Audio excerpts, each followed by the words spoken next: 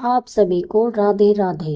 माघ मास की शुक्ल पक्ष की एकादशी को जय एकादशी के नाम से जाना जाता है। एकादशी का यह व्रत बहुत ही पुण्यदायी माना गया है। मान्यता तो यह भी है कि इस दिन जो मनुष्य श्रद्धा पूर्वक व्रत कर भगवान श्री नारायण की पूजा करते हैं, उन्हें भूत प्रेत जैसी योनियों में जाने का भय नहीं रहता। मनुष्य को मोक्ष की प्राप्ति होती है।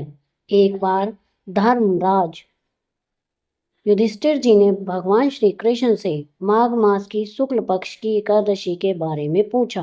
तब भगवान श्री कृष्ण बोले कि हे धर्मपुत्र, माघ मास के शुक्ल पक्ष की एकादशी का नाम जया है। इसका महात्म्य पद्म पुराण में कुछ इस प्रकार है। एक समय स्वर्गपुरी में इंद्र के सामने गंधर्व गान कर रहे थे और अप्सराएं नृत्य कर रही थीं। उनमें से एक पुष्पवती नाम की गंधर्व की स्त्री और माल्यवान नाम का एक मालिनी का पुत्र भी था। यह दोनों परस्पर एक दूसरे पर मोहित थे।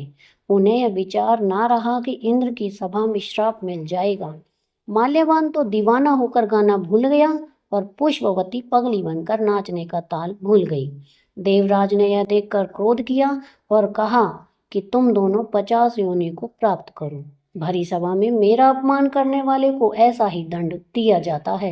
अपवित्र जल और अपवित्र भोजन तुम्हारे योग्य हैं। ऐसा कहकर इंद्र ने उन्हें स्वर्ग से गिरा दिया।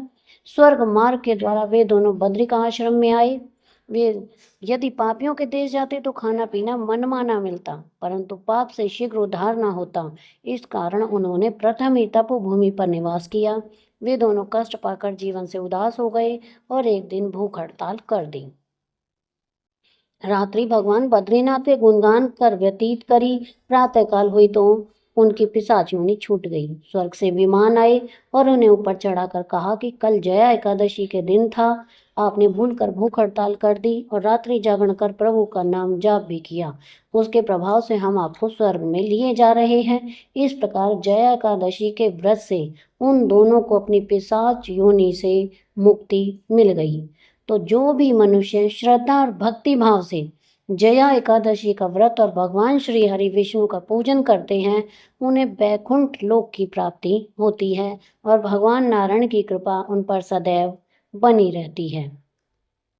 ओम नमो भगवते वासुदेवाय नमः। ओम नमो भगवते वासुदेवाय नमः। तो आपको मेरी ये वीडियो कैसी लगी मुझे कमेंट करके ज़रूर बताएं। वीडियो को लाइक करें, शेयर करें और चैनल को सब्सक्राइब करना ना भूलें। धन्यवाद।